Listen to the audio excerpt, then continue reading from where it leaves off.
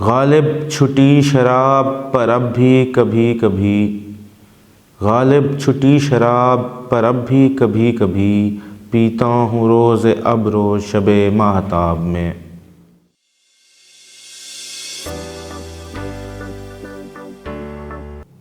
السلام علیکم ناظرین، ہم نے غالب صاحب کے زندگی کے بارے میں معلومات کا سلسلہ شروع کیا ہے۔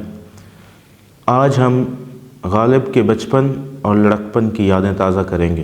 مرزا غالب کی عمر 9 برس سے کم تھی جب ان کے چچا مرزا نصر اللہ بیگ بھی وفات پا گئے، لہٰذا ان کے سر پر کسی ایسے شخص کا سایہ نہ تھا جو ان پر نظر رکھتا۔ وہ اپنی والدہ کے ساتھ ننہیال میں ہی رہتے تھے اور والدہ ہی ان کی کفیل تھیں۔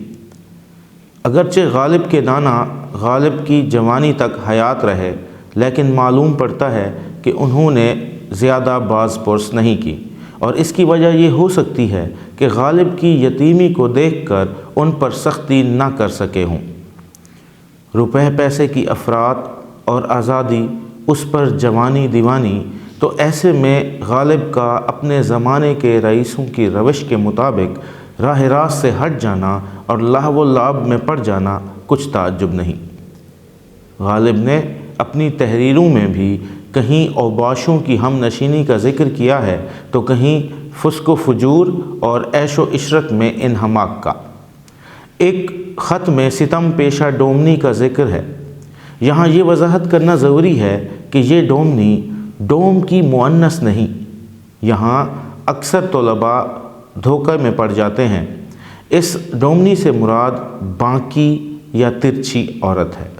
ان معاملات میں غالب کا معاملہ مصری کی مکھی کی طرح ہے، نہ کہ شہد کی مکھی کی طرح، یعنی غالب نے ان تمام معاملات کو محض دل لگی کی حد تک رکھا، دل کا روگ نہیں بننے دیا۔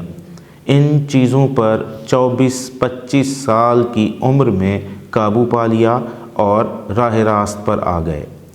ان کی بیشتر بری عادتیں دور ہو گئیں، البتہ شراب نوشی کی عادت مرتے دم تک نہ چھٹی۔